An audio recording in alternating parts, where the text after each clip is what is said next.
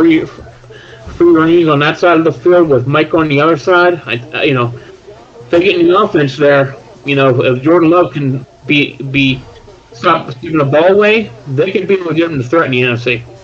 So I mean, there's no surprise that you would get this sort of result in Dallas. When you have Jerry and pretty much calling the shots, and that's not going to change. I mean, it's no different than our situation. Well, if you have the same leadership in place for so long, I mean, the only way that decision process changes is if you remove the people that make those decisions. But that's not going to happen. So, you're stuck with it if you're a Dallas fan. That's number one. Number two is, sure, Green Bay is definitely, they were already a contender in that division. That defense definitely gets better with Parsons. But you're right, Mike. I think in the sense that Jerry did let his ego get in the way here. Again, no surprise. I think surprised by this.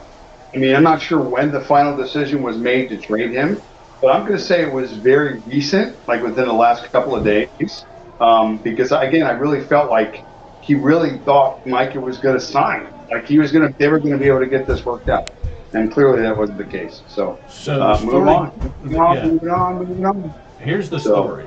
The story that I've heard and seems to be the truth is that Jerry Jones had sat down with Micah and put a handshake deal in place. They had everything figured out. The years, the number, the guarantees, everything. Micah then turned around to him and said, send it to my agent. At that point in time, Jerry thought the deal was done.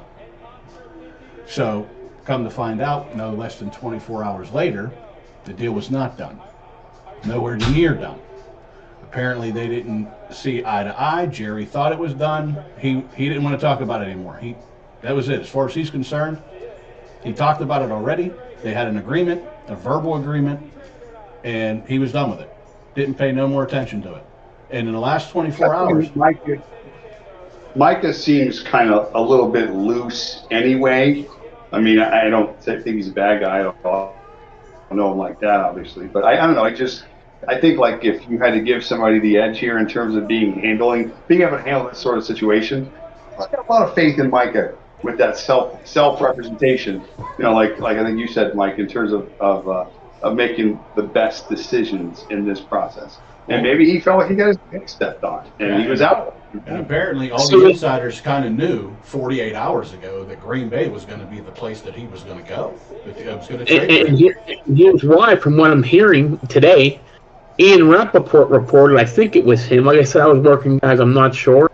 The hold up of this big thing, his agent, who Jerry Jones should have been dealing with this entire time, talked to Mike and said, what do you want to do? I want to stay in Dallas, but I want that fifth-year option. That's basically what it came down to. Jerry's a prick. Jerry's an egomaniac. And he didn't want to get that fifth-year option. Micah said, let's do what we have to do. Get something done. It got done. Dallas has shit on their face. Green Bay comes out smelling like rose. And, the rest is going to be history, in my opinion. I think this makes Green Bay a top contender in the NFC. It's going to fall back on Jordan Love and what they can put on offense for that team. And if Micah is a player he was before he got injured, damn, that defense could be scary in that division too. That's a hell of a division. Probably the best division of football right now, top to bottom. And I'm not ready. Listen, I'm not sold on J.J. McCarthy. I think the Lions, Vikings, and Packers are all very good football teams. I think the Bears are a notch below. I mean, this really helps Green Bay, that puts them on the map as I'm a legitimate contender. I'm doing things to win now, and Dallas, you're Dallas. You're the Cowboys. That's all. That's all. Yeah, I mean, from a fantasy perspective, and not like I'm going to give a segue here. Listen, just you keep getting that Dallas defense worse. That just means more points on the other side. Because I got a lot of faith in that Dallas offense. Boy, Dak's going to be slinging that rock all over the like throwing the ball 40 times a game. I can't wait. I think he was my quarterback. I picked him in our draft last Sunday. So before this, every mock in like the 8th round or something like later. So definitely forward. sure. When we do get to the top 5 list, did you guys discuss what it's going to be? Chaz opened up with he did the intro right before you popped on. He started to talk about Micah. So Chaz, you can handle it. So yeah, obviously we're idiots, we're dummies. That's why we're called the Sports Dummies Podcast. And for the first 10 minutes of this podcast, nothing was recording. So that's great to know. We did catch the last half of this Micah trade. So hey, welcome to the show, everybody. Like I said, we are Sports Dummies. We're talking about everything sports. Again, we just got done talking about Micah, at least half of what you heard. We just had probably a 10-minute diatribe on the whole thing. But we're going to talk about fantasy. We got our top 5, highly anticipated. We're going to talk college football. We're going to pick 3 games this weekend, and all within the top 10. And also, we're going to talk about Lee Corso and his last day on College Game Day coming up tomorrow. So we just got done talking about Micah. So I think we move on now to at least the bottom of our top 5, which in this case, our topic this week that Matt gave us was top 5 bold predictions for this year's upcoming NFL draft. I will start it off at number 5 because I think this is going to get a stir. Kirk Cousins gets traded. To where? I don't know, but he gets traded. I can't see the Atlanta Falcons holding on to $180 million on their bench. I can't see it. So. I like this feeling. I don't know. I mean, Aaron Rodgers by week 4 and they're out for reaching. Who knows? Kirk could be a Steeler. No, I think by that point it'll be Will Howard's show, if that's the case. Hopefully, if he's running with it. So Mike, you want to drop that is my top 5 bottom number 5. So I didn't do much homework, fellas. But I do have 3 things written down. I will get there eventually. Okay. I'm going to say my number 5 is Malik Neighbors leads the NFL in catches this year. Okay. Not outside the possibility. Not. I think it's kind of bold, though, with Jamar Chase, the Jamar Chases, the Puka Nakuas. I think the Giants, they are not built to run the football. They're going to be a throwing team. Well, I will have to say, and that guy with his targets, and I just think the quarterback there, That one you're going to eat crow on because we obviously know the situation over in Cincinnati.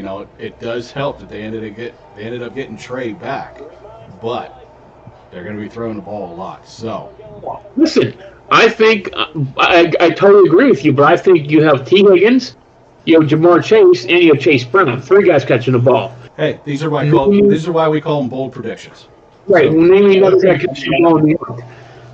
Drop fantasy goodness up there. They've got a lot of receiver sets, and that guy Yosinus, he on the field a lot. He's going to figure that offense too. I like anything Cincinnati. My number 5. Most of my list is going to be fantasy based because that's what I feel like I can bring mostly to the show. But I do have one prediction from a team in there, kind of right in the middle. My number 5 is we just talked about the Cowboys and how bad that defense is going to be. Nothing like a good offense needing a bad defense for opportunity. There was only 4 teams last year that scored 500 points in the league. The Cowboys were not one of them. The Cowboys scored 350 points last year. Well, I think that flips. I think the addition of Pickens is massive.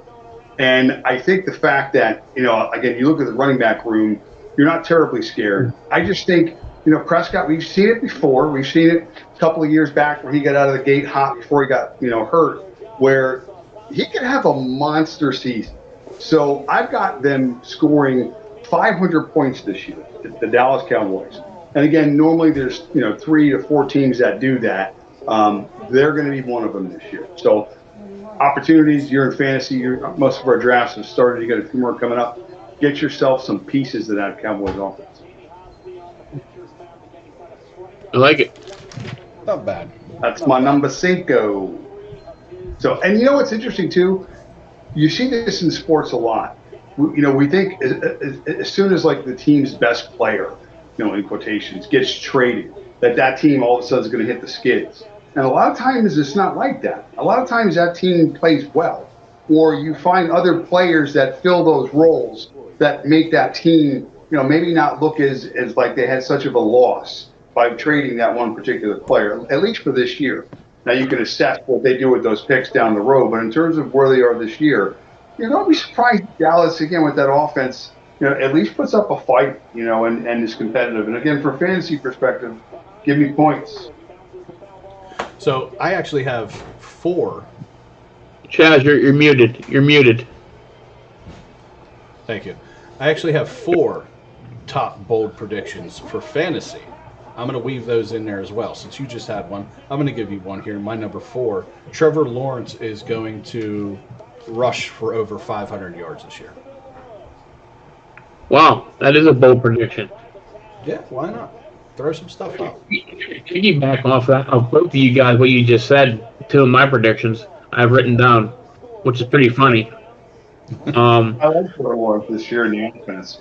I mean, this is kind of a do or die thing for that team offensively, I feel. So, best situation I think they've been in a while. Offensive line, I'm not too sure, but I don't know. I guess we'll see. The pieces are there. Yeah. Agree. So, do you want to talk about some fantasy stuff here, Matt, since we're kind of in this fantasy strain? You guys have already had one draft, I think? Yes, we did. Yes, we have one this Sunday. Oh, you do? Okay. We already had one last Sunday. We're having another one this Sunday. Were the first few rounds pretty typical in terms of orders, or there were any big surprises? I don't think there's it went major. Pretty stock, honestly. Yeah. Nothing wowed me. Nothing wowed me. And it's funny because, Chaz, I think you kind of we've been in this league with these guys for so long, majority of them, you kind of know where they're going. Yeah. Like I knew my cousin Milo was taking the Steelers like in the 4th round, like because the Steelers defense is always his pick. You know what I mean? Stuff like that. It's funny.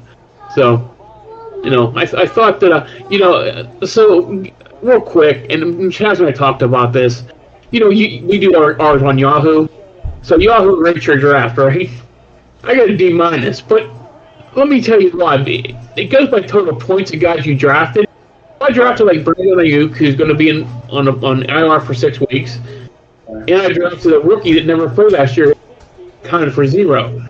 So they'll have me scoring like 180 points less than everyone. But if these guys play when they play, I think the year I had a D-, I won the league. So I think it's hilarious. I was just going to say, last year, I was in 3 leagues. I got to the championship in 2 of them, and in one of them, I don't remember which one, but one of them, I had the 2nd worst draft according to their rankings. Right. In the league that I won or whatever, I got to the championship. But it's, again, my strategy, if anything, we want to talk a little bit of fantasy.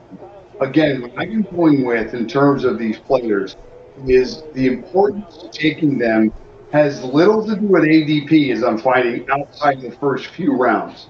And it's more about players that are in advantageous spots. Offenses spots, unfortunately, in defenses that are in negative spots. Looking at players and what situations they're in, who's behind them. I mean, let's take the Colts backfield. Nobody really is talking about Jonathan Taylor. He's been one of the most consistent producers, if not more so, over the last so many years. He's had some injuries. They've had bad quarterbacks. I get all that. But the dude produced, and there's nobody behind him. Right. So consider a guy like that, where he's being taken, it makes sense. As opposed to, use a guy like, somebody close to him. He's been taken normally approximately in probably the 2nd round on the turn. But go with a guy like, Derrick Henry, for instance, with the potential with, again, workload and, again, age is things that I consider. It's not a surprise. I mean, he's been in the league a long time. He's played long years. And you brought up the point last week. You brought up the point where if you're drafting for the future, before weeks 15, 16, 17, the Ravens, if they go what they're supposed to be, Derrick Henry's not getting a lot of carries this week. That is exactly what I've been saying, is you have to somehow draw those comparisons between real football, which is what they play, and how it's going to affect your fantasy football, right? Which is the guys you put on the field that you need that production from. And if those guys aren't playing, or if they're not in, plus spots, you're asking a lot from guys like that. So, what I've been doing is I've been leaning more towards the younger players, the players with higher ceilings. I haven't been afraid to reach around or to go get guys like.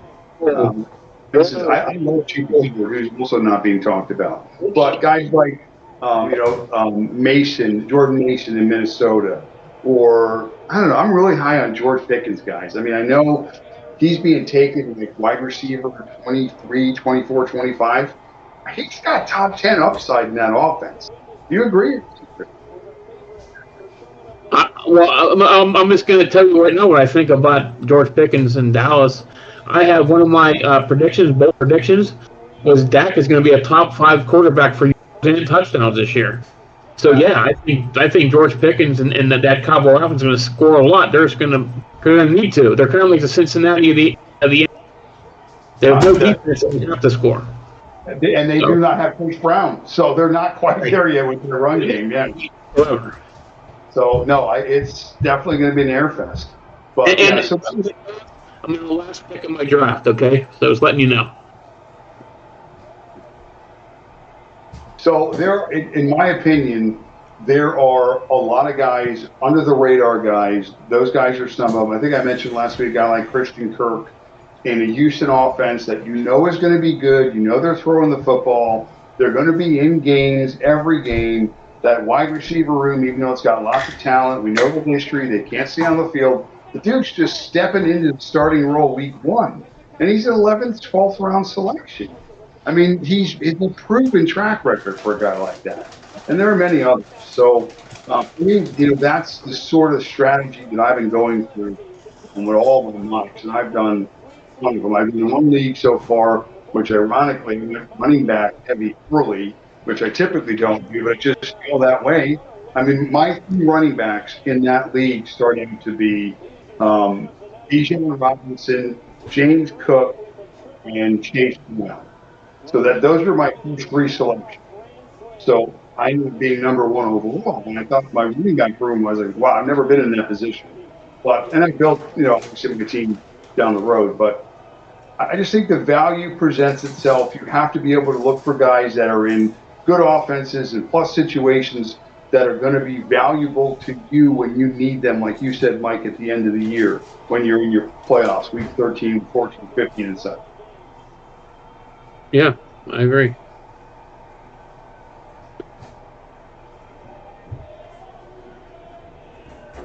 So I'm catching the end here of the Savannah Bananas baseball game at PNC Park. It's got to be the most fans we've ever seen in PNC Park since the Cueto game. Probably. For a baseball game, definitely. Yeah. I mean, they're sold out. There ain't an empty seat in this place. It's pretty wild to see. Actually, this is what baseball's supposed to be, but we don't know how to do that here in Pittsburgh.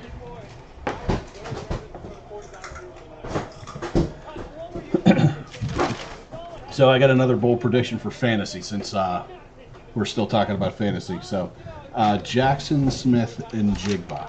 He had a pretty good year last year. He went 100 catches for just over 1,100 yards and 6 touchdowns. I'm sorry, 6 touchdowns. I'm going to make a bold prediction and say he's going to do better than that stat line this year. Well, from your mouth to God's ears, because that's one of the receivers I put in that league. It's just, I line him up the same way. I just think he's going to have a big year. Even though that's not a huge passing offense, he's the alpha. He's the guy. Huge pedigree and good year last year, first-year guy. So, everything points up for that man. Two things I like about that, Chaz. Well, one thing I like and one thing I don't like, but number one, he has Cooper Kupp going to help him get open more. Absolutely, that helps for sure. And I think you and I are in the same boat with Sam Darnold. We're definitely on the same. But I think if Kenneth Walker can take some pressure off of them, boy, if they can get one-on-one with him on the outside, that's a mismatch. That's a big mismatch. They desperately need that running game to be consistent. Yeah. Because if they can't, they're not going to be able to open up the passing game whatsoever. Right. And that bold prediction is down the shitter. So there's not a chance in hell that he even comes close to that line if they can't get that running game moving. Yeah, totally agree. I agree with that as well. You know, this top 5 list was fun because it gave me a chance. I've been doing a lot of homework going through what all the, draft prep mocks and stuff like that. Mike, have you done any best balls yet on DK? Have you had any time to do that yet? Or No, I haven't. Tomorrow I'm going to go and look at some stuff. I know I did some college stuff this week. Actually, I have a crazy 15-teamer going right now. I have 11 to hit. Only because I picked teams that are 30-point favorites. And, easy money. They're getting you're making 30 cents. But the 4 big games that are left, I also took money lines. So I took Texas over Ohio State tomorrow. Okay. I took Clemson over LSU money line tomorrow. I took Notre Dame over Miami on Monday night. And the other one was a game tomorrow night. It might have been one of the big games tomorrow night. Anyway, it was a $5 bet if I hit for $802. And I hit the first 11 already, so. That's crazy. There you go. That's all. Yeah, They giving you a cash out option? I'm probably, for 11, probably haven't looked. But it's probably I'm telling you guys, 11 games. Each team, I think the closest bet was 28.5-point underdogs. Yeah. Favorites, I mean. So I took 11 on my guy just to see what it would come out to. If I'm just to bet those 11, make 6. Pretty funny. Good stuff, though. I mean, man, if you're hitting a 16-leg parlay, that's impressive. I don't care what the odds are, honestly. Well, it's just funny. I mean, I totaled up for $5 bet you win 802. With these. That's awesome. Baylor money over FSU. But they're 13.5-point favorites. They should beat FSU. Gotcha. So, yeah. Can I go to my number 4 on our list? If you guys want, I can start it. So go Sort of along the same theme of bad offenses. Yeah, no, but your brother best friends with good defenses. I'm sorry, bad defenses are best friends with good offenses, like the Cowboys. Well, this quarterback's much better than that, obviously, as I'll mention him. But I got Joe Burrow this year surpassing both milestones of 50-plus touchdowns and 5,000 yards. I think that with that defense, I mean, I know obviously they re-signed Hendrickson still. I just think that it's not good. And they're obviously very good offensively. They don't need a bad defense to be good offensively. They're just already good offensively. So many weapons, and Burrow, to me, is the best quarterback in the league. He would be the best fantasy quarterback overall, but he doesn't rush. And that's such a huge advantage in fantasy, having that dual threat. So he's just outside fantasy-wise for me. Probably comes in number 4 overall, unless he throws massive. He throws 56 touchdowns and 5,400 yards. Then he may get inside the top 2 or 3 when it all shakes out. But massive year for Burrow, 50-plus touchdowns, 5,000-plus yards. I'll probably still miss the playoffs by a game, but whatever. That's the Bengals. So I don't think that's a bold prediction. I think that's a stretch. Yeah. Let's talk about Cincy real quick, fellas, while we're on Cincy. So they signed Hendrickson for 1 year, $30 million. So that's kind of like in sync. I'm glad you brought that up. I'd love to talk about that. So basically, from what I'm seeing from this situation is that, Trey, we don't want you after this year. Am I getting the same vibe? Am I getting the same vibe from anybody else? Yeah, well, the back was against the wall, and they offered him the most they could this year to keep him for this year. Again, just to push it down the road a bit, knowing it's probably going to be not even a situation next year, like you said. Well, again, So- next year, I think next year he'll end up taking a hit if they franchise tag him, because I think next year's franchise tag is like 34.5 or 35 or something like that.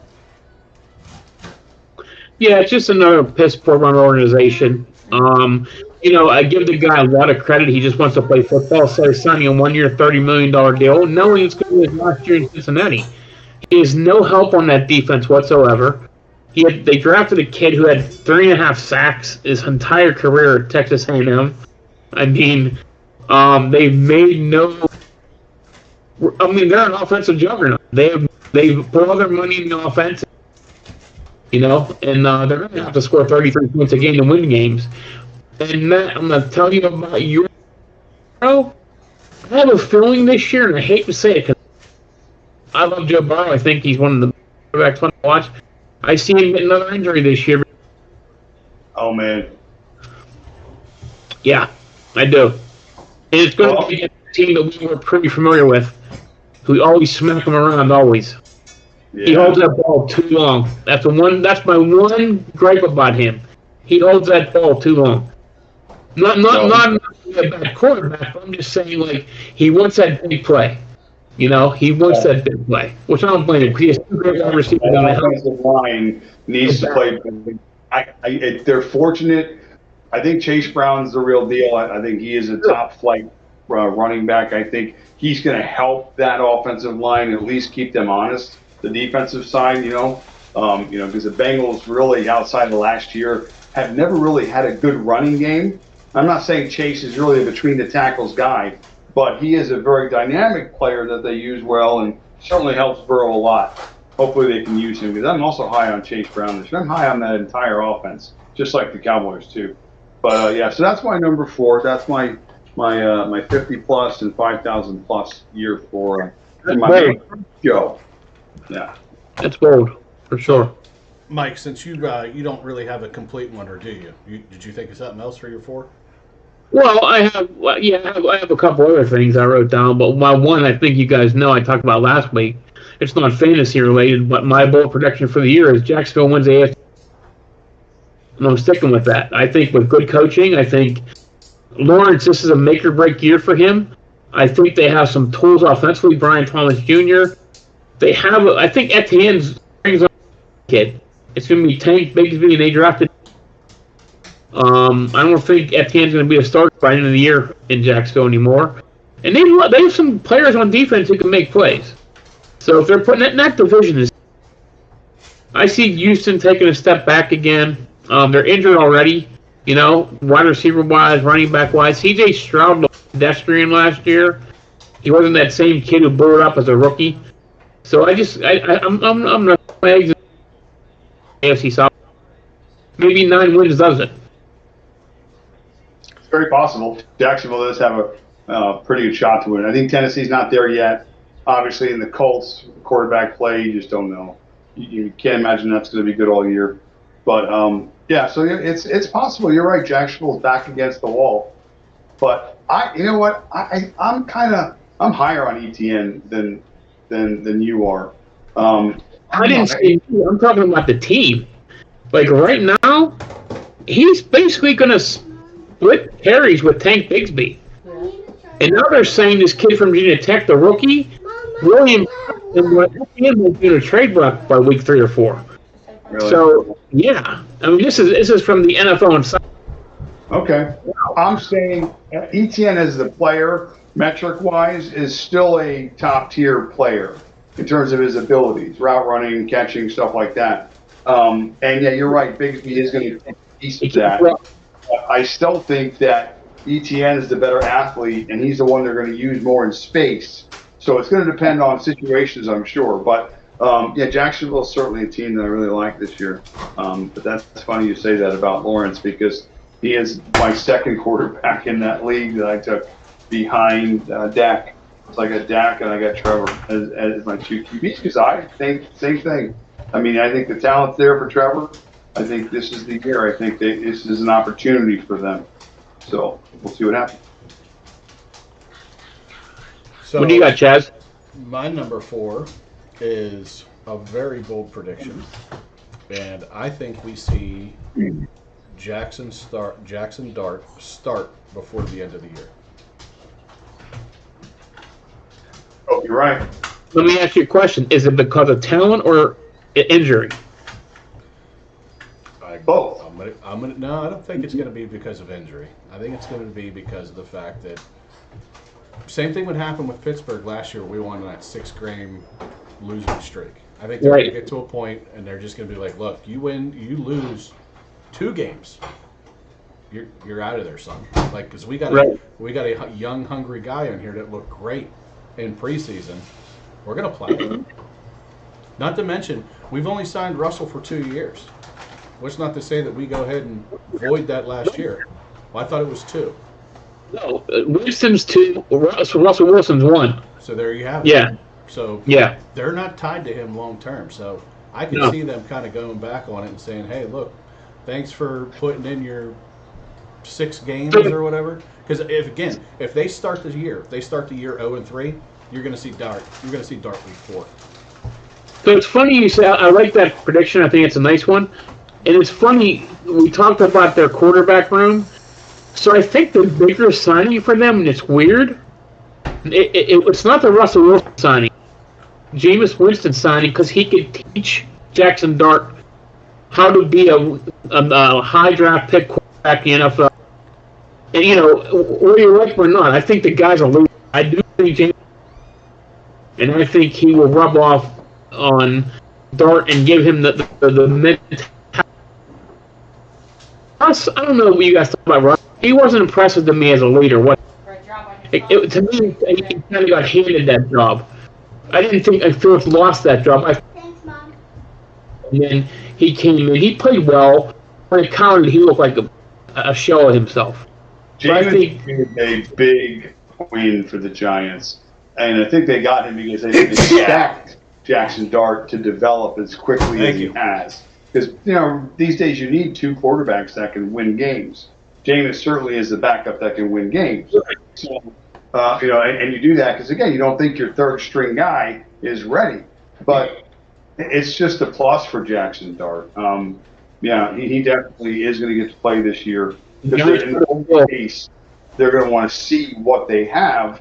And you have to he's going to progress even more so as the year goes on. He's going to get smarter and better. So through practice and other things. So, we're going to see Jackson Dart this year. And my DK best ball team would love that by about week 9 or 10. Sure, I'm going to need him. So, 100%. All in. So I'm going to stay on this track, and we're going to keep talking about a couple fantasy things here, too. So, Mbuka, I think my bold prediction for him is he catches 100+ this year. Wow. Woo! I like it. That's a lot of Mbuka. Yeah, think about where he's at and the skill set that's around him, and the fact that Mbuka is probably going to start out the year as number 2. Yeah. And Baker love to sling it to those guys, man. Yeah. And again, when are we going to get Godwin? Don't know. We already know that we're not getting McMillan until like week 11 or longer. As long as his rehab. There's no setbacks whatsoever. So neck injury. So who knows what could happen? Exactly. We could find out week 6 that he's done for the year. He's going to get surgery or something like that. Right. So regardless of whatever you think his positioning is on the depth chart, they're also another team that is in the top 3 or 4 that runs mostly 3 receiver sets.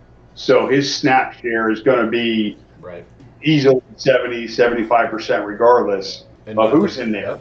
And not to mention, too. Go ahead.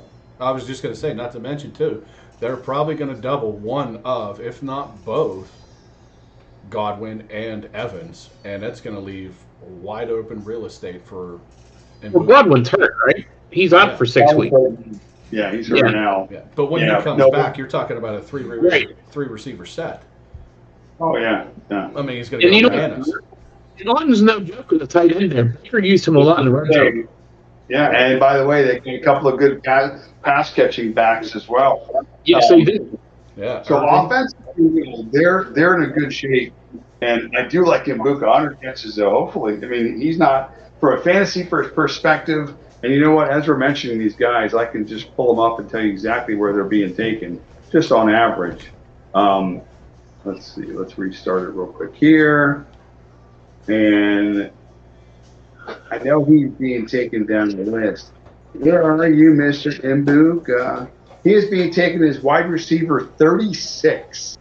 Chaz, if your 36 receiver gets 100 catches this year, we're going to have to nominate you for a fantasy football Hall of Fame and some sort of award of some kind. So, and if you do, I will receive it. Oh, and you don't worry, you will get one. We'll definitely come up with something. You know what? This is fun with these predictions because I got one. Although this is more of a team prediction than anything else. I may have said this as well at some point, maybe last week, but I think that the Dolphins are going to finish last in that division. I think that's not really a stretch, to be honest. I'll tell you what, they're not going to be better than the Bills. Okay. I think we can both agree that the Patriots certainly are stepping in the right direction, and probably from an overall roster composition, I think they're just as good as the Dolphins. Okay, give me the Patriots. And now we're looking at the Jets, which I don't want to segue into another player that I'm high on this year, but the Jets roster is not bad. And I think there's signaling in the fact that their two-star players locked up deals weeks and weeks ago, quietly. Like sign guy, Garrett Wilson, Breece Hall, and they're all forward right now, one direction as a team. They like their quarterback. I like their quarterback. And I just kind of think that the Jets are a team that are going to hang around in every single game they play. So I think the Dolphins are going the other way. I think you got questions with the leadership. We've heard some noise from Ramsey, taking shots at McLovin. I just think the Dolphins are a fragile team physically and emotionally. I think they're fragile. Tyreek Hill, I think A-Chain, their best players, got already talking about these soft injury issues. I think Hill's already got one foot out the door. He's not going to be there next year. So I don't know. I just think that it's slippery down here right now. And I just think once it starts to go, it's over. They're just not good enough to recover. So I got the Dolphins finishing last in the division this year. Maybe 6 wins, maybe 7 wins, something like that. And then next year it's by Greer, by McLovin, by whoever, Tyreek Hill, Tua. I don't know what they'll do with him at that point if he's even playing. So, yeah, it's blow it up time down here, I feel like. Okay, Matt, I'm going to piggyback off you. Number one, Sauce Gardner got an extension as well. He's like 4-year, $30 million per for a cornerback. So that just happened too for the Jets. So you talk about Garrett Wilson and Breece Hall. They got locked up. Sauce Gardner also got locked up. Here's another prediction for you. If you're predicting that they blow it up after this year, Miami finishes last in that division, I'm going to piggyback off you and say that Tyreek Hill gets traded before the end of this year. It's possible. I don't know the business side of how that would affect the Dolphins and their cap. I think they have money. I don't think they're in cap space trouble right now. I know losing him or trading him, if the team takes some of that, but Tomorrow at 12 p.m. I just know that next year, if pulling things up or they're forced to, he's not being for the next year. So they'll move forward with Waddle and forget about Tyreek.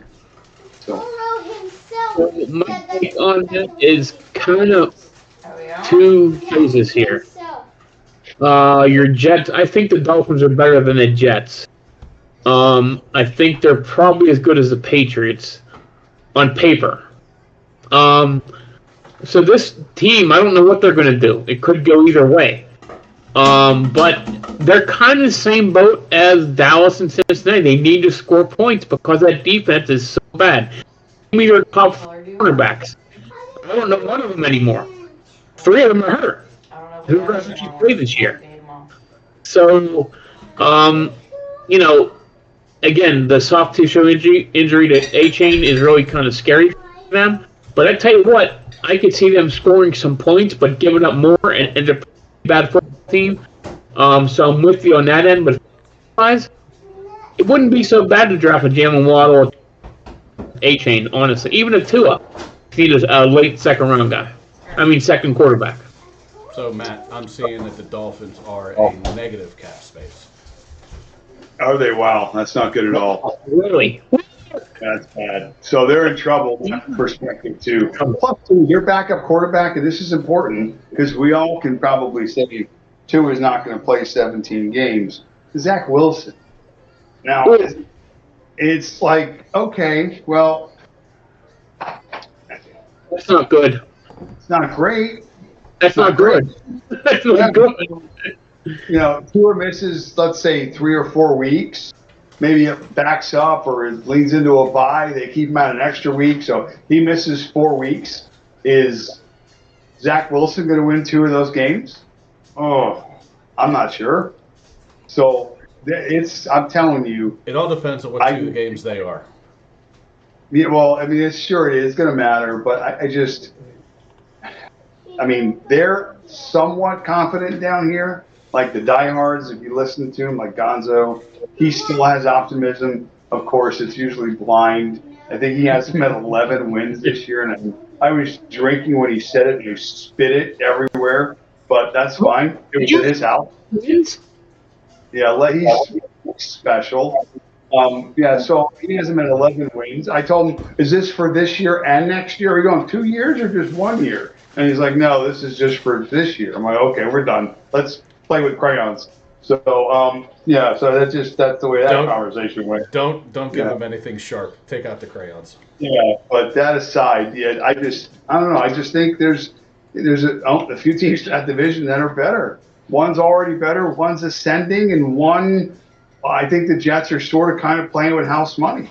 And I'll get to one of my guys here that, eventually we'll have a conversation about that. I'm not high on in general as a player, but I just think situationally there's going to be some production to be had. So I'll go the fantasy prediction here. I just thought of when we're sitting there talking. I think the Dolphins. Let's get off the Dolphins. That 11 win thing shook me up there. It shook me up. A reason not to listen to Gonzo. Another one. Jesus. The Jets could lead the league in yards per game with Justin Fields and Braylon Edwards and Breece Hall. Yep. I think they're going to gear to a 60-40 run offense, a good defense. I really do. And they could do that.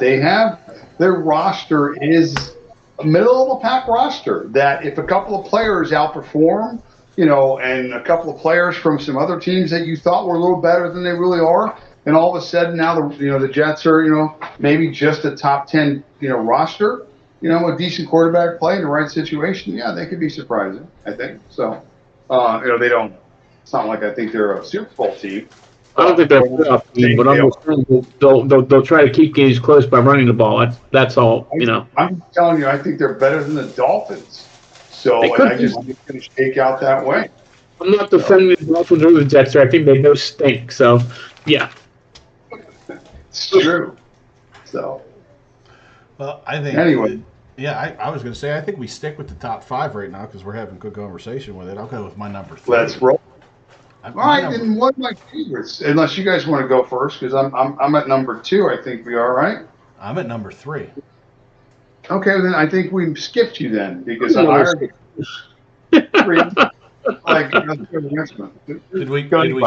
Did we skip me? I think we did. Oh yeah, I think you're. So. Yeah. I don't think so. What was your number 3? Mine was sucking ass. Yeah. And mine was the Jaguars winning the South. Okay. Well, then maybe we did skip me. All right. Yeah. Well, I'm going to go against you on this one again, Matt. I think the Bengals have a losing season. Bengals what? You broke up. I think the Bengals have a losing season. Ooh. Wouldn't surprise me, that defense. Hey, look, last year they were 1 or 2 games from being a losing season. Right. They had to fight scratch and claw in order to get 9-8. I think they were last year. Yeah. Yeah. Yeah, and they also, like you said, Mike, their defense, not great. No. Oh, it's bad. Not It's great. bad. So I got maybe they booed. maybe they still hit your total, but they don't have a winning season in spite of Oh, yeah. And if you remember a few years back when Jameis Winston threw 700 touchdowns and 800 picks, they were terrible. But, you know, he had a massive fantasy year, put up massive numbers. Right. You know, so, yeah, I mean, it's situational stuff. Let them lose every game 38-37. I don't care. So just as long as Joe Burrow is throwing the ball around the field, my prediction. And by the way, do you guys know the backup quarterback for the Bengals? No. Yeah, I forgot. Once I tell you, you'll know. It's Jake Browning. Okay. Oh, that's right. He played against us. Yeah. Yeah, Mike, if your hunch comes to fruition week 4, the Bengals will win 3 games this year. So, I mean, Joe Burrow definitely needs to be up for them to be competitive. It's any at all. 3 days. Let's not Aiden's been eating them all. back that up. All right, so if you want, my number 2, Jazz, did you get to your number 3? Yeah, my number 3 was the Bengals. Right. Yeah. Okay, that's what I thought. So, I'm high on this team this year, Carolina Panthers. I think Dave Canales now, Are you done with year the 2. You know, he's being regarded as a pretty good coach, smart coach. Impressive last year towards the end, by young, second half of the year. He was a top 10 quarterback in fantasy. What was interesting, and we talked about trades, is they traded Adam Thielen, who's still a productive guy, in my opinion. And they traded him looking around their receiver room going, yeah, we're good. We're doing what we got in-house. So they're going with the kid they drafted, which is the McMillan kid. They got Xavier Legette, who was a first-round selection 2 years ago. They got Horn's kid, who's there. And who's the other receiver? Coker. David something. David. They've got, I think on the depth chart, it's this kid Coker, which is fine. He's in the console that they got. But Right. whatever it is, they traded a guy that is a pretty important piece, I think, and it's going to prove that back in Minnesota. That aside, Carolina, again, I threw out a stat in terms of what they do offensively. They were, I think, 13th last year in a stat called neutral pass rate, which is essentially team lines up and they're like, okay, what are we doing? Who are we? We either run right or we throw left. Well, they're throw left primarily, more than half the league. And I think that only potentially gets more so because they've got weapons and they've got a quarterback ascending and an offense that's getting better. I'm on them this year in another division that's not that good. They only won 5 games last year. I think they got a shot, even though their defense was so bad last year. I think they gave up the most points in football, I think. They were like 540 points last year. And they did draft, I think, second round, third round, some defensive players, but they're another draft away from getting better on defense. But what do we say? Bad defense, good offense. I think that also Hubbard, again, more information, I think Hubbard's my guy this year. I think he ends up being a top 5 fantasy running back. So I'm on any pieces in Carolina. Give me Hubbard. Give me that kid Xavier Legette, who you're getting in the 9th round, 10th round in most drafts or later. I think he can at worst be a WR3 for you because he's already starting week 1. The rookie is questionable. He'll probably play. But Thielen's gone. Already said it. So these guys are slotting into starting roles. So I'm all over Carolina this year. I'm not saying they win the division, but they make a lot of noise. They give you fantasy goodness offensively. So get a piece of them this year. I think Carolina is going to surprise a lot of teams this year. I got them. They were 5 wins last year. I got them as maybe as close to a 500 team as you can get. They'll win 8 games this year. They'll go 8-9. Wow. So, yeah. Based on the offense, based on the quarterback improving, Canales getting a good handle on the offense. They do have a rookie offensive coordinator coming in. Again, I'm assuming Canales knows what he's doing. He's probably going to be very involved in the offense. But that aside, I just think that the team is ascending, and I think the pieces are there. I think we're going to get good production out of that team this year. Yeah, I'll take an 8-win Carolina team this year, which in that division, 9 wins could win that division this year. I mean, that could be a wrap. So, Atlanta, I mean, really? I mean, Michael Penix, are we sure? And other things in that division as well. So, yeah, so there's opportunity there to be had. So, every year, surprise teams make leaps. And I just think there's some pieces in place for Carolina to be one of them. And if a couple of these defensive guys hit, and maybe they're not the worst defensive team, maybe they're the 20th, team in the league defensively, it's enough. Well, Bryce Young did look good in the second half of the year last year. He actually looked like an NFL quarterback. So, yeah. Another year. Look at Alice. I'm saying environment, coaching. That's half of it, I think, for these quarterbacks. You put some of these quarterbacks. If you stuck Bo Nix on Carolina 2 years ago, you're not getting the same quarterback. You got Sean Payton. I mean, it's a totally different game. Environment is a huge thing for these players, and I think Bryce Young was in the right environment.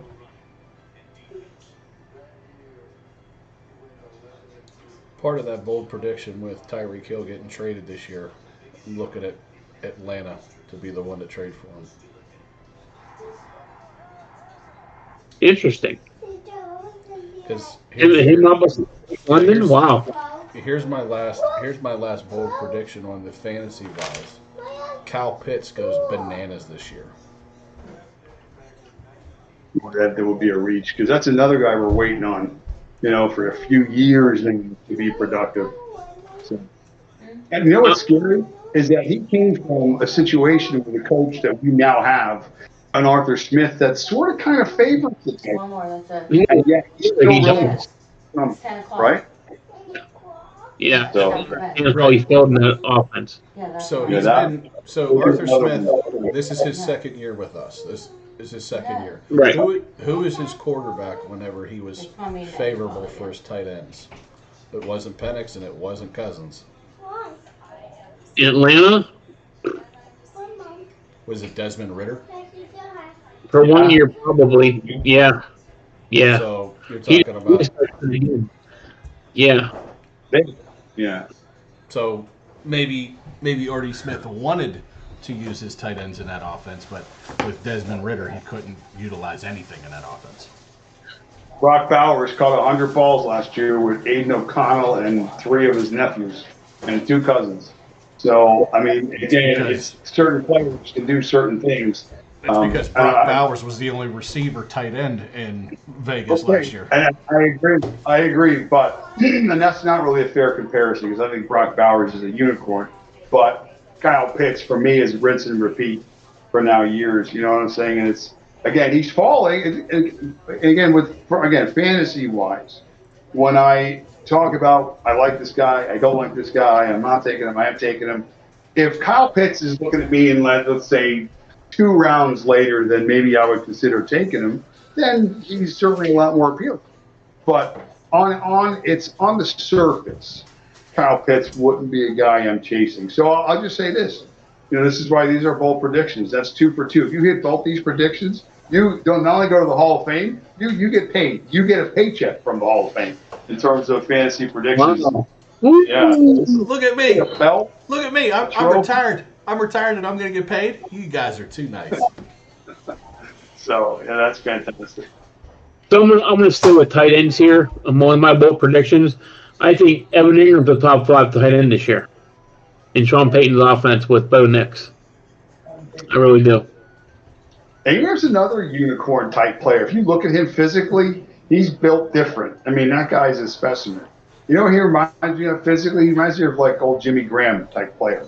That sort of physicality from a tight end. His speed. In Jacksonville, right? Until he got hurt. Yeah. He had a solid year going until he got hurt. Oh. Yeah, no, and he was the man going into the year, and they use him, and then he's back to the team now. And tight end is a wasteland. So it's very difficult to get players and stuff like that. Speaking of tight ends, I'm a little bullish on Porter this year. Another guy, I'm not saying he's being forgotten. People remember what he did his rookie year. But I just think that they're going to, use him a little bit more this year, maybe a little bit differently. And he's going to be, target share is going to improve a little bit for him. So Laporta, for me, is a guy that I'm taking comfortably in drafts where he's being taken. Been feeling pretty good. So, all right. Who wants to go to number 1? I didn't give my number 2. Oh, shit. I keep trying to pass you up. Go ahead, number 2. Well, hopefully Mike can still hear me. But I think this one here at number 2 for me, I think we've all kind of said this in one way or another, that we like this team, that they're going to do way better this year. So I'm going to make a bold prediction if they make the playoffs, and that team is Drake May, Vrabel, and the Patriots. So we've all been pretty high on this, thinking that they're going to take this huge leap with Drake May's second year and Mike Vrabel at the helm. It seems like they made a lot of important moves this past offseason. They had a ton of money to do it with. So I don't think it's much of a far stretch as a bold prediction, but I think it's enough of a bold prediction to say this, that the Patriots make the playoffs this year. Whatever it is. Obviously, we don't think that they're going to win the division unless there's a total meltdown in Buffalo. But obviously, they'll end up getting in through one or the second of the wild card. Everything points up for the Patriots. I think they're removed now from the Belichick-Brady times. You don't really hear those parallels being made anymore. Vrabel is the right guy, I think, right now for them. And again, coach back is a priority, and they may have that. May showed some signs last year of being really good at times. So I just think that team is getting better. One of the teams we talked about getting better. Certainly could be a team that gets in the playoffs this year. I like that one too. I like that one too. Yeah. Did you hear that, Mike? No. Okay, my bold prediction, number 2, which I think that we've all kind of said the same sentiments of this team.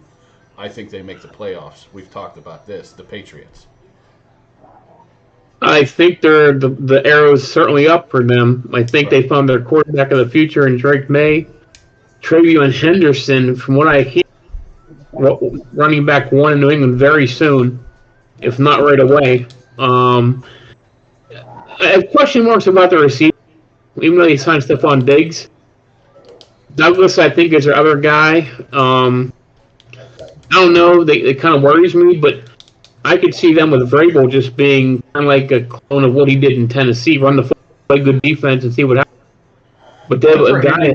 Big contract last year for them. Because he's still there, right? Who's that? Hunter Henry.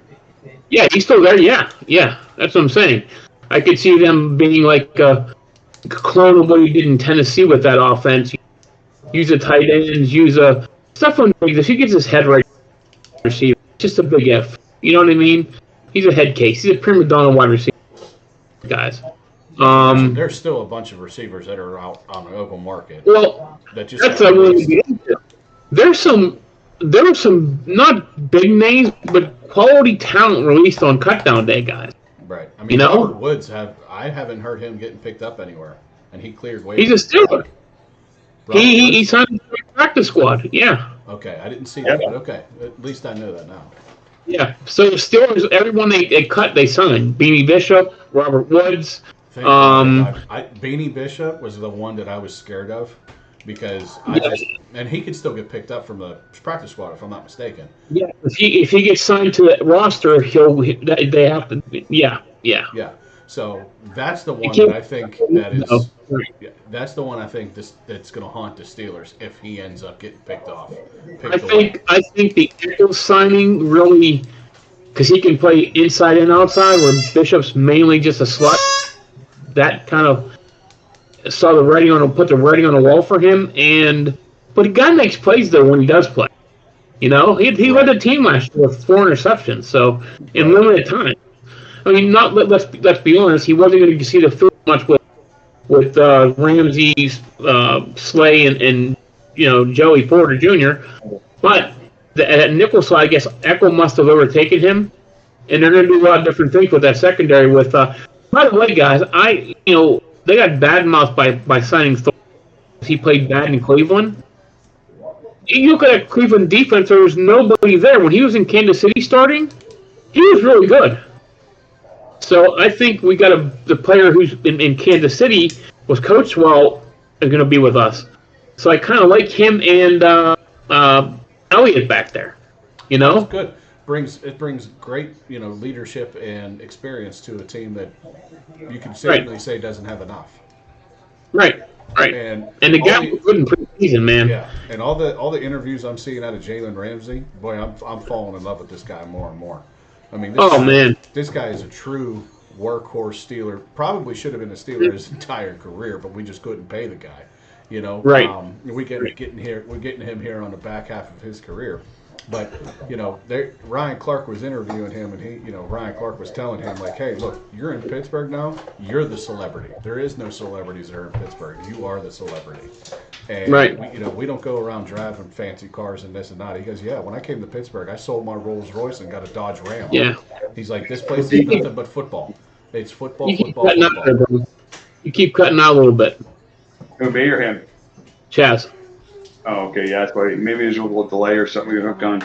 The defense. I don't know. I know, Mike, you're cutting out on my end too, so Really? I don't know Okay. what that is. Yeah, but everything I'm seeing from Ramsey is that he is nothing but ball and loving the fact that he's in Pittsburgh.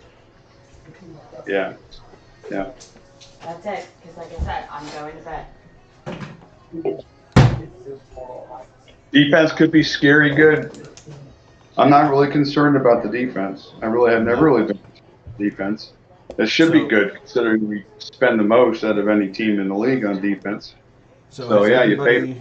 Yeah, is everybody done their number 2? Yes. Yeah. Okay. Yeah. I mean, if you guys want, we can go into number 1 because I got a bunch of.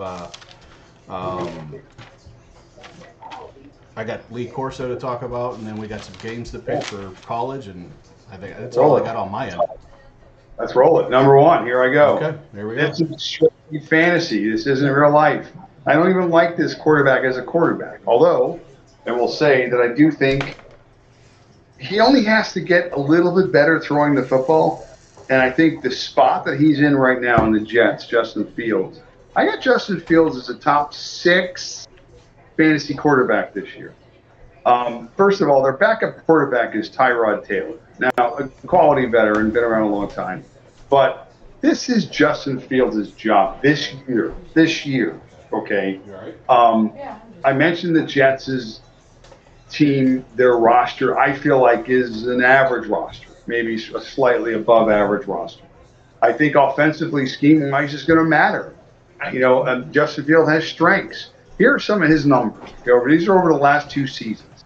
These are extrapolated numbers when he played. 21 passing touchdowns, 10 interceptions, a QBR of 96. Add on top of that, 1,000 rushing yards and 9 touchdowns.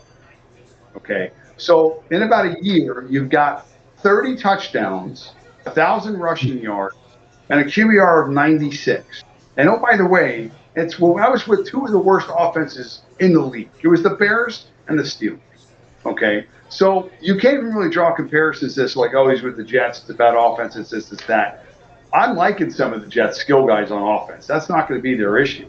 So I think he's in the right spot. I think when you have a dual threat quarterback that can pile up points running the football, it's invaluable. I mean, he basically gives you another touchdown a game on the ground, and that's without getting in the end zone. So that's what he averages, as a quarterback. So to me, my pick is I have Justin Fields as a top 6 fantasy quarterback this year. And again, a team, the Jets, they may only win 6 or 7 games. They could win 8. I don't know. Doesn't matter. We need fantasy point production. Justin Fields, he is not being taken like that. There are leagues he's going undrafted. There are leagues where, again, depending on your format, he's at best, back end second quarterback. You're like, who's left? Oh, Justin Fields is left. Is he starting? Yeah, I'll take him. That's what he's being considered. Well, you got 100 catches for your guy. I got Justin Fields top 6. Let's go. Justin Fields. JF, baby. J Fields to the house. So number 1. Good. Go ahead, Mike. I'm thinking. You just blew my mind with that one. Justin Fields top anything just blew my mind. So give me 16 games of Justin Fields. Not that big. Number 6. listen, he couldn't be a top 6 quarterback in Madden. So listen, you know what you have? You had that love with Sam Darnold last year. Is it going to be Justin this year? Telling you this year, he only has to get slightly. He's terrible passing. Don't get me wrong. He's not accurate. He's not even good. He only has to be borderline average. Like, give me a C- passing the football, and scheme-wise, talent-wise, what they're going to ask him to do, and just his ability to move and create, I think is enough. If he plays that games in the volume. I need the volume. He can't play 10, 11 games and then get benched, and then I look like an idiot. But I just think basically opportunity, he's in the right spot. You see it all the time. Darnold, we mentioned it. I didn't. Different environment, right situation, he blossoms. We know Justin Fields an athlete. Just give me some decent quarterback play to go along with it. And this guy is going to break the bank this year. So, top 6. Interesting. Good, Chaz. Jay Fields. Okay. I'll go next, so Mike, you can have time to think about yours. So I'm going to be a true 100% Yinzer right now. Homer. I'm going to be a homer. Homer. This is the year, fellas. This is the year we win a playoff game. Bold prediction number 1. God, throw up in my mouth and swallow it. There you go. And guess what? If I hit the freaking trifecta, you're all sending me money. Listen, I just need you to hit the last one. Forget the first 2. So, although I got to be honest, I think you got a better shot at getting the first one. I kind of like that 100 catch. That's interesting. It's not bad. Oh God, the Steelers in the playoffs. Whew, maybe. I guess we got a shot. We haven't played yet. None of the games counted. Not to mention, too, you could easily say that our defense have gotten better. How many games does Aaron Rodgers play this year? Is it more than, let's play the more than game, is it more than 12? I think he plays the whole season. Holy hell. What do you think, Mike? I think it's more than 12. It's under 15. I think he's going to play about 14. So 14. So you're ready for my bold prediction? I'm doing this again, by the way, one more time. You didn't ask me. All right, you ready? This is a very bold prediction. Aaron Rodgers playing 6 games. Because I still think that the rookie quarterback, who's now the starting quarterback in Minnesota, is going to stink. Oh. Okay? And guess who goes to save the Vikings? Kirk Cousins. Chaz, right with your prediction. I was going to say that piggybacks off of my my sentiment of saying that Kirk Cousins is going to get traded this year. I'm about to save the day. J.J. McCarthy was an average quarterback at Michigan. He wasn't great. He won because of defense. He has all the tools to win in Minnesota, but guess what? If they come out 3-3 or 4-4 and struggle, that team's built to win now. And that defense is going to be very of the signings they made in the offseason. Yeah, but Mike, they don't have to blitz as much. So I don't know what their cap space is, but I could see Kirk going back there and being the quarterback. Can I tell you what I think is interesting that you said that? I think you're really close with that. I'm going to kind of encapsulate a little bit of what I think a scenario could be with them too. They're good enough roster-wise to have him just be okay and them still win. Because I think that, defensively they're good, offensively they're good, we know. Good coach, all that stuff. And I think he will be he has to be a little bit better than what you're saying. Again, he only has to be, like I talked about, just slightly better than average. And it may be enough. And if they're looking at 4-3 or 5-3 or whatever it is, he's their guy. Remember, we didn't see anything on Jordan Love either for 2 years. We couldn't get anything on film on him. And he came in the first year and played pretty well. Last year was a little bit different, but first year he won games. It was enough. You were like, wow, Jordan Love's pretty good. I think you're going to get that with McCarthy, too. I think you're going to see that he's pretty good. But I think when it matters down the line, if that team is successful, I think what you're talking about, being able to win a big game or have all the other superlatives that make you a good quarterback, he's probably going to be short at this point. So listen, it's good. But right now, it's enough. They went 14-3 last year. I mean, got smacked in the playoffs because your boy Sam Darnold shit the bed. And I just think that this team, by the way, this team's built to win now, and I don't think Minnesota is going to sit on their hands, especially in that division, with a good Green Bay team and a good Detroit team. Mike, and Bear team. Don't forget the Bears. Mike, let me tell you how many times that you're wrong in that statement. Okay. What's that? Let me tell you how many times you're wrong in that statement. Okay. Okay, all of them. Okay, that's how many times. All of them. All right. First of all, J.J. McCarthy was drafted number 10 overall. All right. They're not going to give up on a top 10 draft pick. I'm not saying they're giving up. In less than a year of him playing. Now, granted, he got hurt last year, so they didn't see much of him. So you kind of got to squash his rookie year. But you're talking about a guy who was given the franchise on his rookie year. They wanted him to start the entire year. So they were willing to put all their eggs in their basket last year.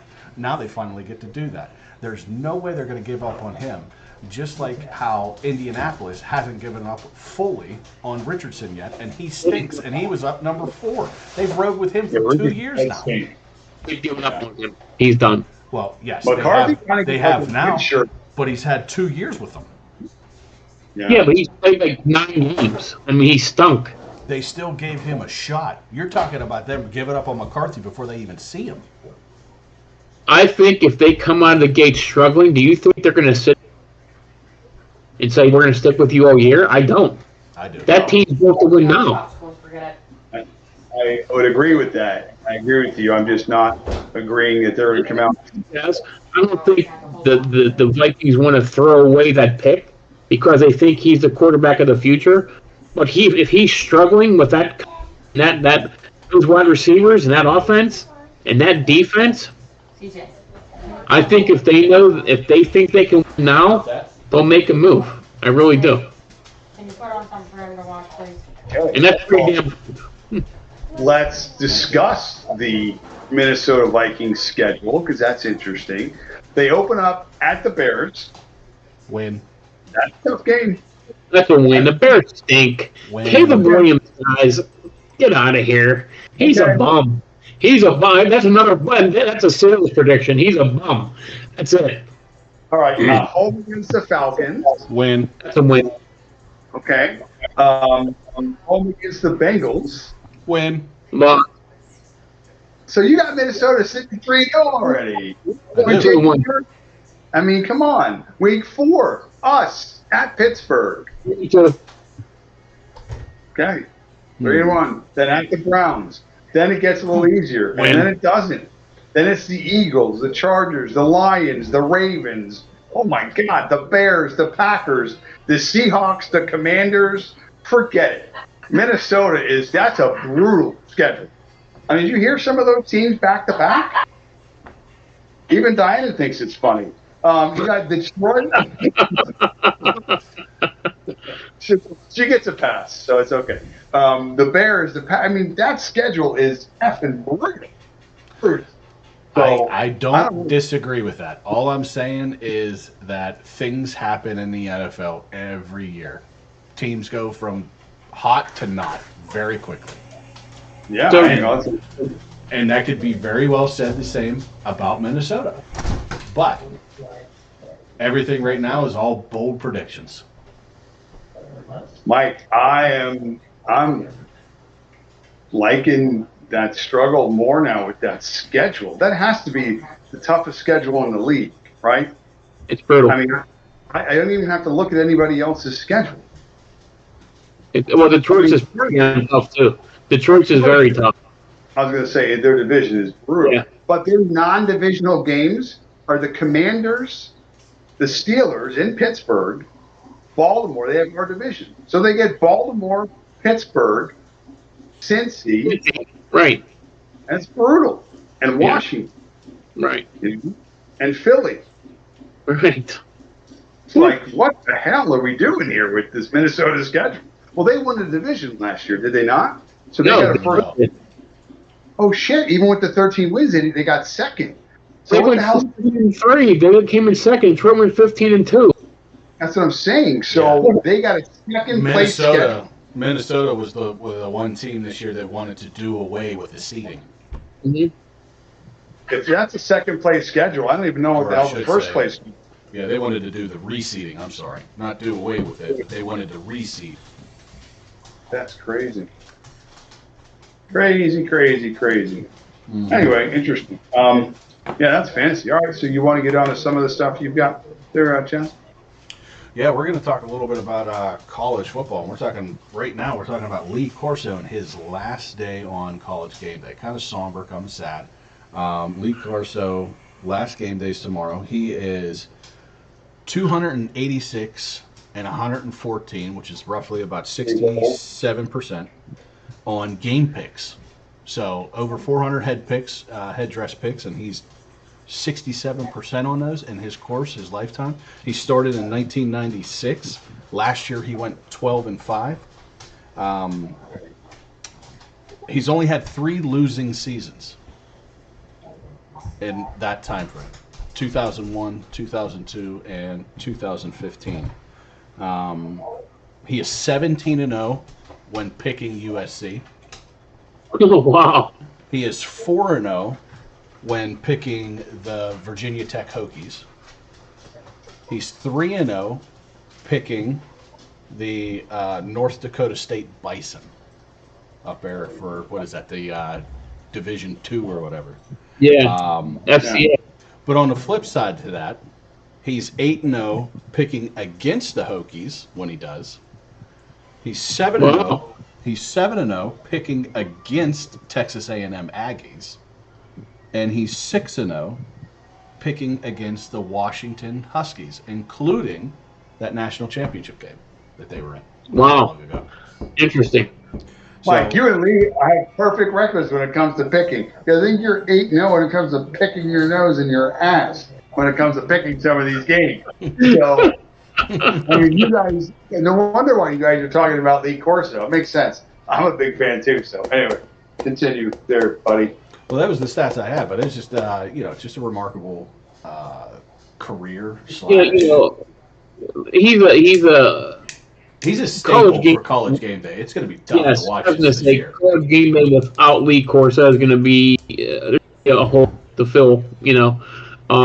He reminds me of guys I grew up with, like Keith Jackson, phenomenal announcer. Watch TV, the games just to hear him talk. Even Lou before Lee, he is that. But Lee Corso, man, he brought it every year. Sad to see him go. It's definitely his time, though. They left the show in good hands, though, with Herbie.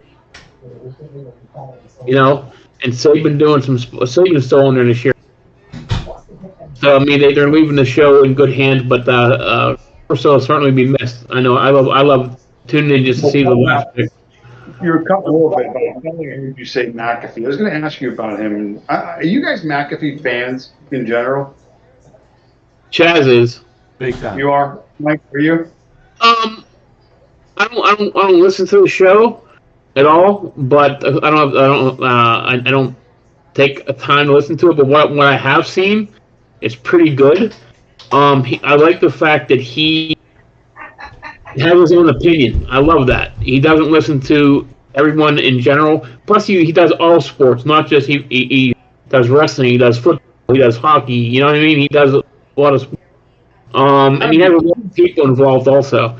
So that's the McAfee. I've never sat and watched him for any period of time, but it just, I don't know, he kind of throws me off. But anyway. He's a guy who, if you sit down and watch a show, he's definitely a guy that it catches your attention. And I could sit and watch him for 2 hours as opposed to listen to Mark Madden for 10 minutes. So yeah. I'd listen to Paint Dry before I listen to Mark Madden. Yeah, I hate Mark Madden. Yeah. Yeah, I mean, right. McAfee's one of those guys that you got to be silly about listening to some of the things he says because sometimes he's just not serious whatsoever. He's goofy. He's a lot to handle.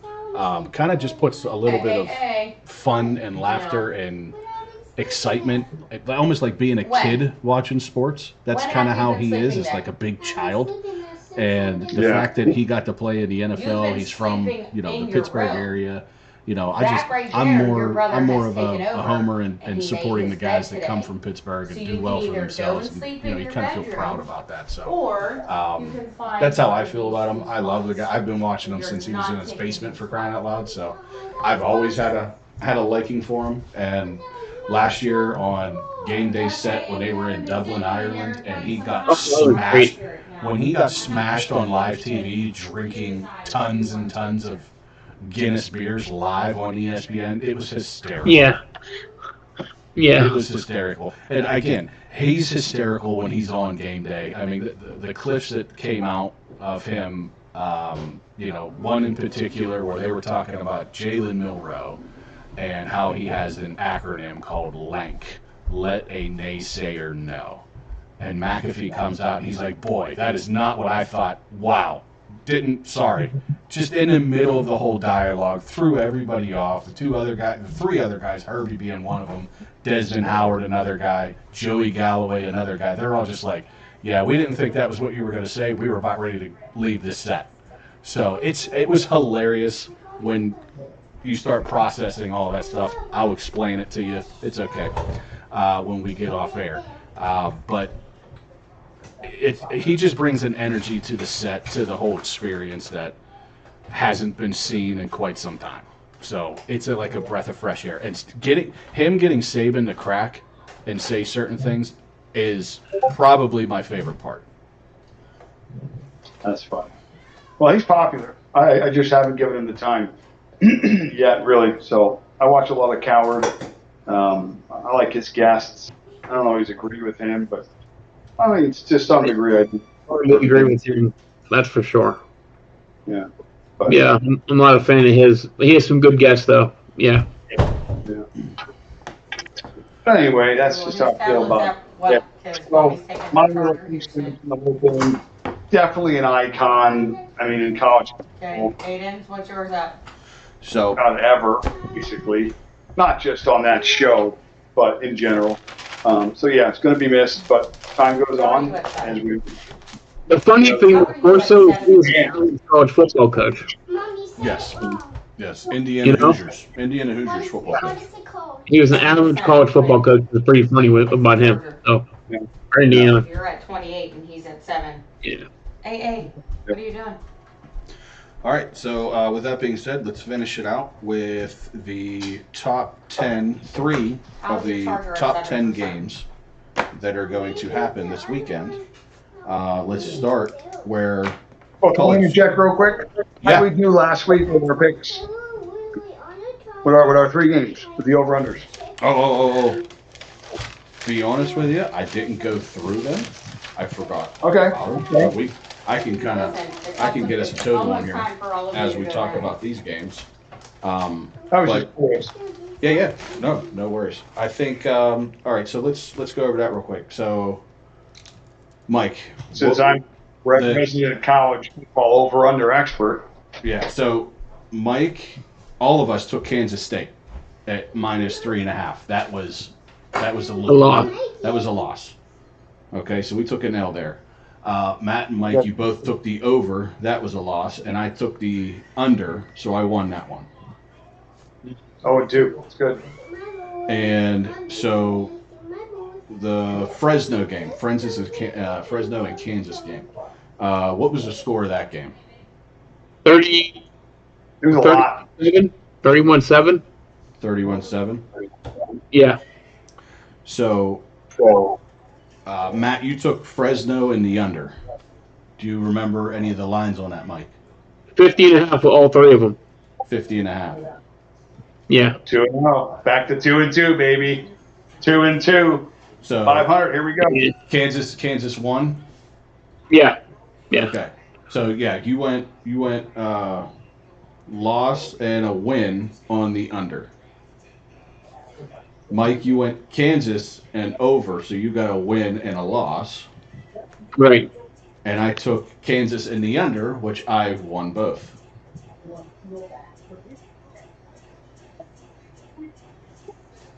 Um, so then we have Hawaii and we have Stanford. And Hawaii won that game by a field goal. 23-20. Was it 23-20? Yeah. So They that lost. is Stanford covered by half. okay. Yeah. So if Stanford covered by half, then that means I lost because I took Hawaii in the over. Matt, you had Stanford in the over. What's that? I'm looking pretty good right now. Yeah. Matt, you won and lost on that because you had Stanford in the over. And Mike, you lost both. Or no, I'm sorry. No, only one. I had Hawaii in the under. Yes, I'm sorry. You had the Hawaii in the under. So after we total everything out, 2-4, baby. what'd you went? 2-4. Yeah. Yeah. It's okay. Yeah, I think I went 3-3. Well, how about me? What I do? What was your totals here? So Matt, there's 2, 3, 1. So you're 1-3 so far, and I think you went 2-4. 2-4. 2-4. That's not good. No. So we That did. sucks. No, So just curious. I did the best at 3-3. All right. Matt and Mike both went 2-4. My 2-4 was better, just for the record. Yeah, I think you were 2.000000001. There you go. Yeah. I had more units on my wins than he did. Yeah, you had better losses than he did. Of course I did. So All right, let's talk about the games here. I'm feeling it. yeah, all right. So the first game we have is Texas and Ohio State at Ohio State, which happens to be the set of game day where they're doing their last one. This game's basically a pickup. This is -1.5. Ohio State is given, and the total is 46.5. Matt, you're feeling it. Let's hear it from you. I'm taking the home team in the OBA in this game live. There's going to be some points. 46, I'm surprised it's that low. A lot of the guys that listen to are like, yeah, there can be some points, even though both quarterbacks, I believe, are a little unproven. Is that not the case? Yes, Well, very much so. One QB from Texas is the Arch Manning, and the QB from Ohio State, I'm not sure I've ever heard of. No. Perfect. I'm going to poop all over Arch Manning's opening day. Yeah, so give me the home team. Give me the over. Lock it in. Okay. What an idiot.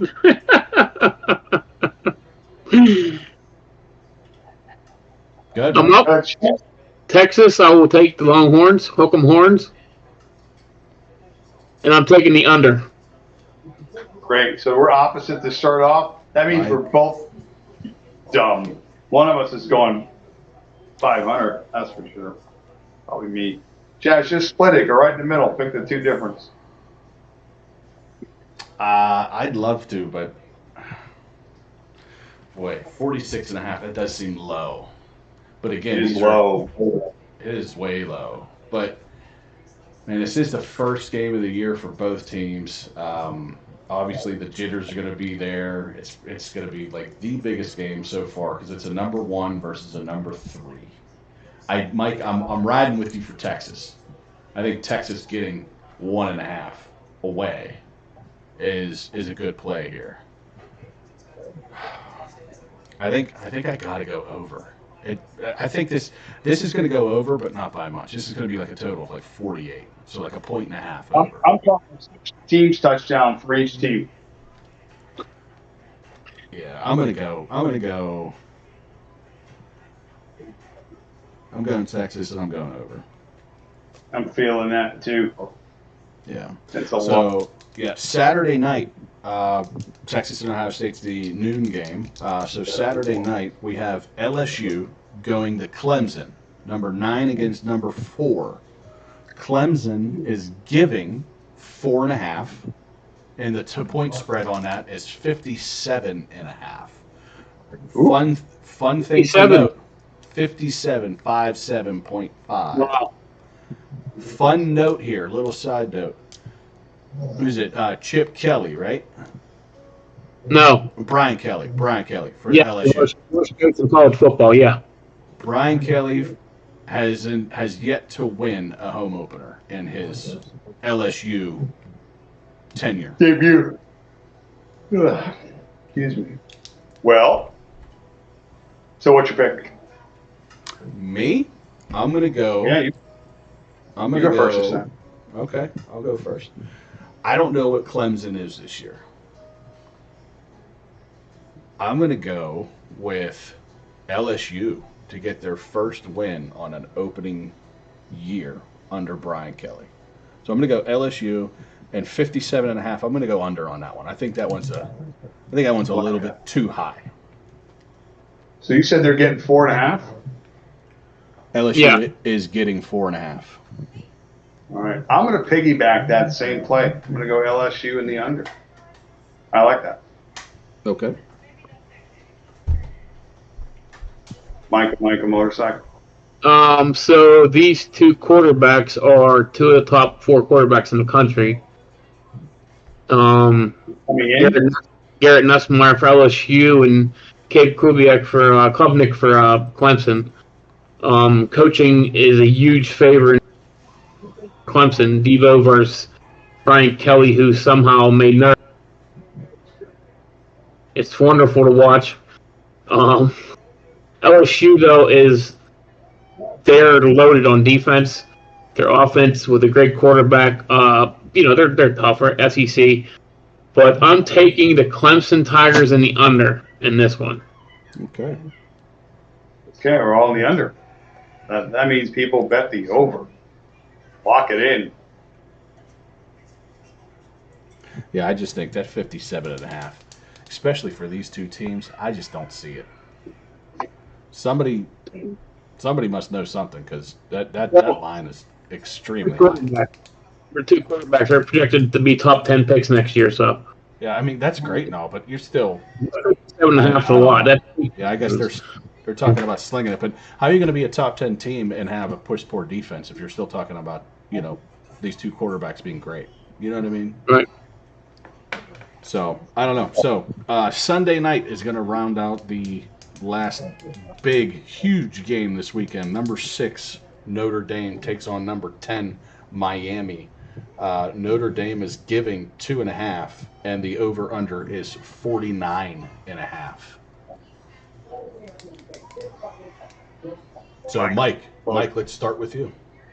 I'm going Notre Dame in the under.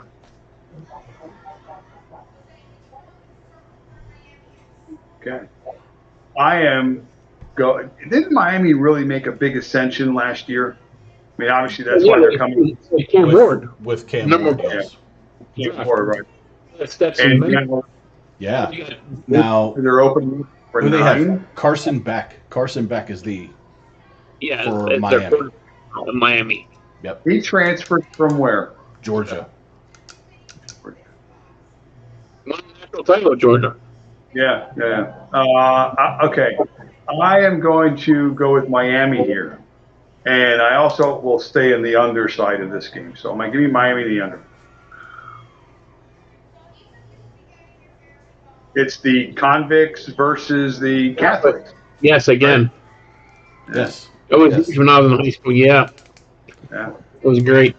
Matt, I'm gonna ride with you on this one. I'm gonna take Miami getting 2.5 at home, and I'm gonna take the under as well. I'm gonna ride the exact same. Yeah. Plus, remember, guys, out here right now, Mike, you know better than anybody too. It is still 1,000 fucking degrees. Oh, yeah. And the humidity is literally 4,000%. So if you go outside to literally, like, I'll go out and throw out the garbage and lose 1.5 pounds of sweat just by throwing out the fucking garbage. So it's so bad. And these kids are all young. I get that. They'll be fine physically. It still takes a toll. There's a huge advantage. And all these kids in Miami, they're all local kids, most of them. They've all been playing in this weather since they were 6. And not to mention, these guys, these kids at Miami have been practicing and playing in this heat this entire time. Notre Dame is not. So you're talking about dehydration, cramps, timeouts, all that stuff. For 4 months down here, it's like actually living on the sun. So it's like you moved in. It's like I'm changing my name to Solar Flare because I feel like every time I bend down, a piece of fire comes flying out of my ass from the inside. It's crazy. So yeah, these kids down here are used to it, like you said. A big advantage. That's something to consider. So Miami. So, I like the way you think there, Mr. Flair. That's it. SF, baby. South Florida? No. Solar flares coming out of my ass. So there you go. That's great. Well, with that said, ladies and gentlemen, that is the end of the podcast for tonight. We thank everybody who decided to watch or still watching that has watched. Thank you for sticking around. We will be back. I think we'll be back on... Might have to put it in a Tuesday show here, Mike, since we have games, NFL Week 1 on Thursday. We may have to. You're right. That will start off the slate, and then when we come back on Friday, we will pick the rest of it. And then, Matt, when you come and join us on Friday, we will talk about that Thursday night game. And we'll get your picks, obviously, before then as well. We'll talk about that on the show. And then, we'll meet again on Friday and go over everything. Prop bets, I'll post them too. Also, obviously, we'll have our fantasy stuff, starts and sits, lineups, all that stuff. Because it's Week 1. Let's go. Let's go. So, we are here. So, keep a lookout for Tuesday. Mike, we will decide what time we want to go on and what works best. We'll talk about that, and then we'll post it. Obviously, we... come on to the Discord if you haven't already. Come and check us out. We will post our announcements on there when we're going live. Also, like and subscribe on YouTube. You will get notifications when we do go live. Also, when the stream is getting ready to start. And if you were waiting around for us to start earlier today, you just missed 10 minutes of probably the most epic podcast ever. So, apologies for that. We will get better. And if we don't, sorry. We're still going to sit here and talk about it anyway. But in that case, we will see everybody next time. And we will come up with a new top 5. So be on the lookout for that as well. All right, ladies and gentlemen, have a good night. We'll see you guys later. Oh,